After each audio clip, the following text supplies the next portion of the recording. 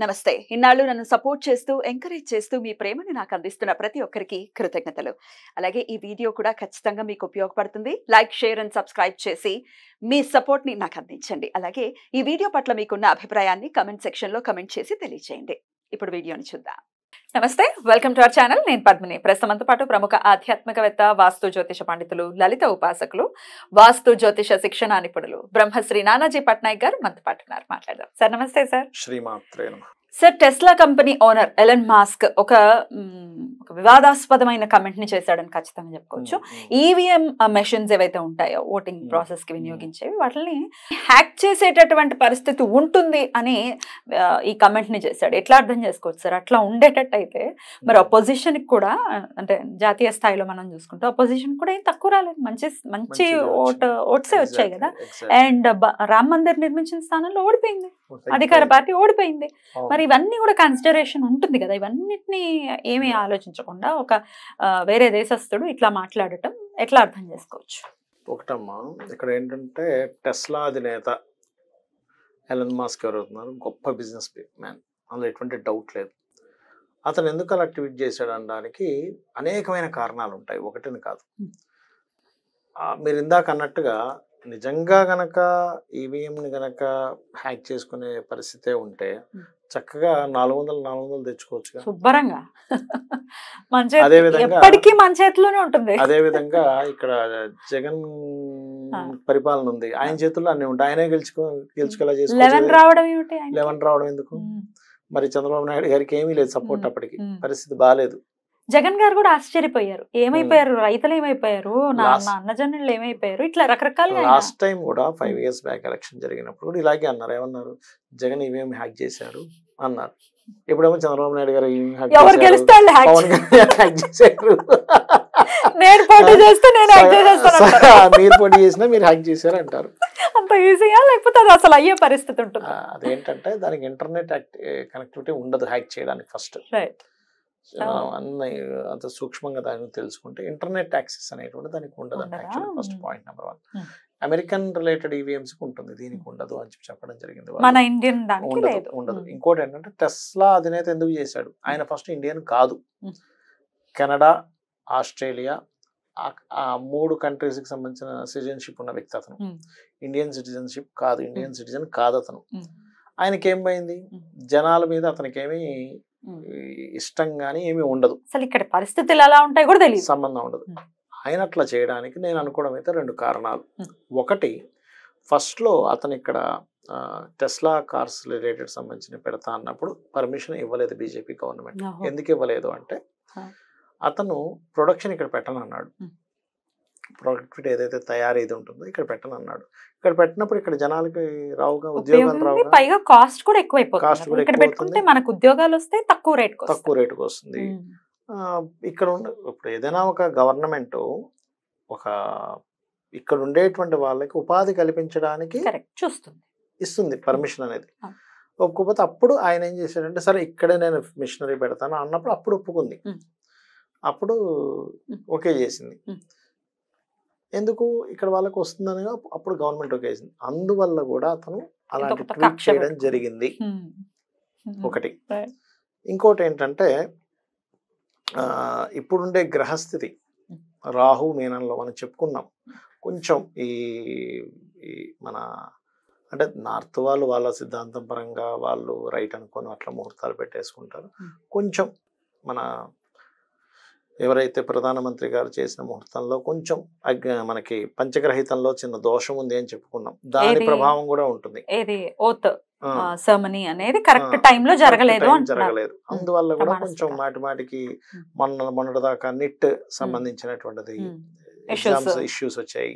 దాని తర్వాత ఈ ఇష్యూ అని చికాకులు వస్తూ ఉంటాయి. ముహూర్త బలం ఈ ముహూర్తానికి సంబంధించింది దాదాపు ఒక 1 year వరకు ఉంటుంది ప్రభావం అయితే 1 year ఉంటుంది. అయితే అదిగాక ఇప్పుడు ఇది కాకుండా ఇప్పుడు ప్రెసెంట్ నడుస్తున్నటువంటిది ఏదైతే మనకి సంవత్సరం క్రోధినామ సంవత్సరం అయింది. ఎవరో ఒకడు ఏదో క్రోధంతో ఏదో ఒక మాట అనడం, ఏదో ఒక ట్వీట్ చేయడం, ఏదో ఒక దాన్ని పట్టుకొని జనాలందరూ దాని మీద ఇది చేయడం, ఇట్లాంటివి ఉంటూ ఉంటాయి. అలాగే శనికుజులు కూడా పరస్పరం వీక్షించుకుంటున్నాయి. అంటే అన్ని కలిసి వస్తాయి. ఎలా అంటే ఈ సంవత్సరానికి తగ్గట్టుగా ఆ ముహూర్తం కుదురుతుంది, ఆ ముహూర్తానికి తగ్గట్టుగా గ్రహస్థితి ఉంటుంది, ఆ గ్రహస్థితి తగ్గట్టుగా ఎవడో ఒకడు ఏదో చెప్తూనే ఉంటాడు. ఇక్కడ ఏంటంటే ఇక్కడ ఇవన్నీ కాదు, ఈవీఎంలు హ్యాక్ అయ్యాయి ఇవన్నీ కాదు. ఇప్పుడు బీజేపీకి కొన్ని తగ్గాయి. ఎలా అంటే ఇంకా 400 వస్తే ఇంకా ఖచ్చితంగా అనేవారు అనేవారు. అయితే నేను అనేది ఏంటంటే అసలు బీజేపీకి ఎందుకు తగ్గింది, అనుకున్న దానికంటే ఎందుకు తగ్గింది అనేది విశ్లేషణ చేసుకోవాలి. కాంగ్రెస్ కొంచెం ఎందుకు పెరిగింది, ఇక్కడ జగన్ గారి గవర్నమెంట్ ఎందుకు కూలిపోయింది, సంక్షేమం ఇస్తున్నా ఎందుకు కూలిపోయింది, ఇక్కడ మన ఎందుకు పవన్ కళ్యాణ్కి ఓటేశారు, ఎందుకు చంద్రబాబు నాయుడుకి ఓటేశారు విశ్లేషణ చేసుకోవాలి. ఎంతసేపు పిచ్చి పిచ్చి మాటలు ఇవన్నీ. లాస్ట్ టైం జగన్ వస్తే జగన్ ఏం చేశాడు, ఈసారి ఈయన మాట్లాడేటమే. సంక్షేమం ఒకటే కాదు, ఇంకా ఇంప్రూవ్మెంట్స్ కావాలని అభివృద్ధి కోరుకున్నారు. సంక్షేమం ఇచ్చినటువంటివి ఏవైతే ఉన్నాయో దాని % వచ్చింది, కానీ అభివృద్ధి కోరుకునే వాళ్ళ సంఖ్య ఇంకా ఎక్కువ ఉందిగా. అభివృద్ధి కూడా చేసి ఉండుంటే అప్పుడు వేరేగా ఉండేది. అప్పుడు అది మనం అర్థం చేసుకోవాలి. కానీ అదేదో ఈవీఎం మాట్లాడుకోవడంలో అర్థం లేదు. ఒకటి వాళ్ళ జాతక చక్రంలో ఉండే రాజయోగాలు కూడా మనం లాస్ట్ టైం మనం చెప్పుకున్నాం 8 months బ్యాక్. ఏమంటే ఇక్కడ కుజుడు మారాడు, ఈయన యోగాన్ని ఇస్తున్నాడు. ఆ యోగం వచ్చేటప్పుడు ఏమవుతుందంటే వాళ్ళ మనస్థితి కానీ వాళ్ళ ఆలోచనలు వాళ్ళ మాటలు అన్నీ ఆటోమేటిక్గా మారిపోతాయి. ఒక యోగం నడుస్తుంది అనుకోండి, ఆ యోగానికి తగ్గట్టుగానే మారిపోతాయి. ఒక్కోసారి చూడండి మనకి టైం బాగుంటాయి, మనం ఏం మాట్లాడినా అవతల వాడు జోక్గా తీసుకుంటాడు. టైం బాగోకపోతే మంచి చెప్పినా వాడు చెడుగా తీసుకుంటాడు. Time plays the role. కాదు, టైం అనేది మాట్లాడుతుంది. అయితే ఆ టైంని కరెక్ట్ కూడా చేసుకోవచ్చు. మనం ధర్మంగా ఉన్నంత కాలము ఆటోమేటిక్గా అన్ని కరెక్ట్ నడుస్తాయి. కానీ సమ్ టైమ్స్ అది మనకు ఒక పాఠం నేర్పించడానికి కూడా టైం ఒక రోల్ ప్లే చేస్తూ ఉంటుంది. అయితే ఇప్పుడు ఉండేటువంటి గ్రహస్థితులు ఏవైతే ఉన్నాయో, శని కుజుల వీక్షణ కానీ, క్రోధినామ సంవత్సరం కానీ, మీన రాశిలో రాహు సంచారం జరగడం కానీ, వీళ్ళు చేసినటువంటి ముహూర్తం యొక్క తప్పిదం, చిన్నపాటి తప్పిదం కానివ్వండి, వీళ్ళకు ఉండే కలిసి వచ్చేటువంటి యోగం కానివ్వండి, ఇవన్నీ ఇట్లాంటి రోల్ ప్లే చేస్తూ ఉంటాయి. అయితే ఇందులో నేను అనేది ఒకటే, జనాలు ఎంతసేపు అలా జరిగిందా ఇలా జరిగిందా అనే దానికంటే కూడా ఇప్పుడు వచ్చిన ప్రభుత్వం మనకి ఎంత గట్టిగా మనం పట్టుకుంటే వాటిని జనాలు పనికొచ్చేలా చేస్తుందనే దాని మీద దృష్టి పెట్టుకోవడం మంచిది. ఇంకా అయిపోయింది, రిజల్ట్స్ వచ్చేసాయి. ఈవీఎం మెషిన్స్ అట్లా హ్యాక్ చేసే పరిస్థితి ఉండదు, డెఫినెట్లీ ఉండదు. ఉంటే చక్కగా వాళ్ళు ఎందుకు అక్కడ ఎందుకు ఓడిపోతారు? ఖచ్చితంగా రామ మందిర్ నిర్మించిన చోట ఎందుకు ఓడిపోతారు? చక్కగా అసలు అదేంటి అక్కడ చాలా ఎక్కువ అయ్యాయి మన ఆ ఏరియాలో పోలింగ్. అక్కడ ఎందుకు పోగొట్టుకుంటారు? అక్కడ ఎందుకు పోగొట్టుకుంటారు? ఈయన చేతిలో ఉంది కదా ఇప్పుడు మ్యాజిక్ చేసేది, లేకపోతే అసలు కింగ్ మేకర్ అంటే చంద్రబాబు గారే.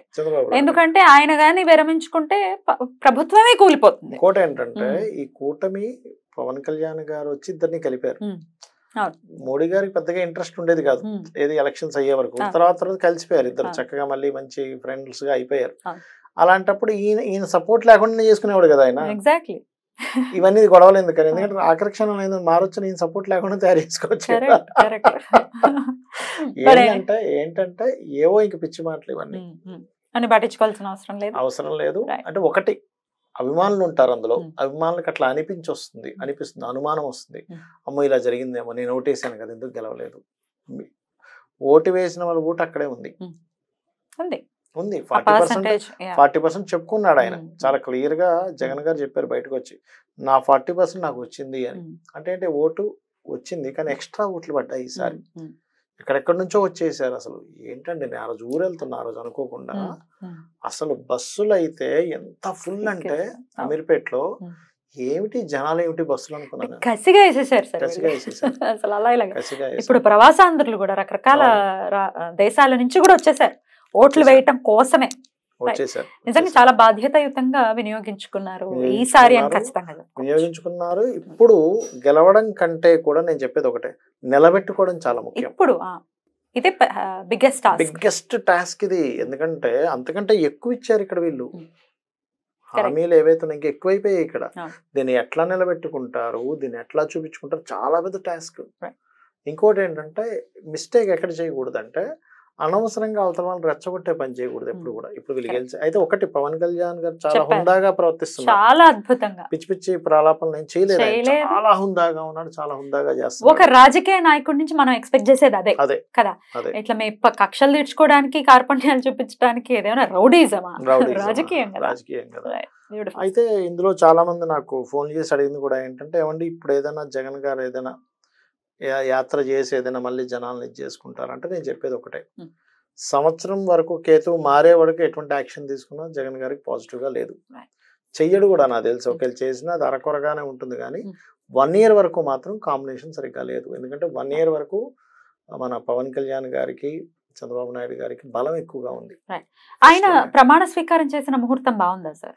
వాళ్ళు చేసింది పర్లేదు, మనం వీడియో కూడా చేసినట్టున్నాగా. చంద్రబాబు నాయుడు గారిది చేసింది అంత అంటే చిన్న చిన్న నిందలు ఉన్నాయి, మోదీ గారి కంటే ఇది బెటర్ గా ఉంది చెప్పాలంటే, కొంత బెటర్ గానే ఉంది చెప్పాలంటే. Beautiful sir. డెఫినెట్ గా రకరకాల మాటలు, రకరకాల ఒపీనియన్స్ వస్తాయి.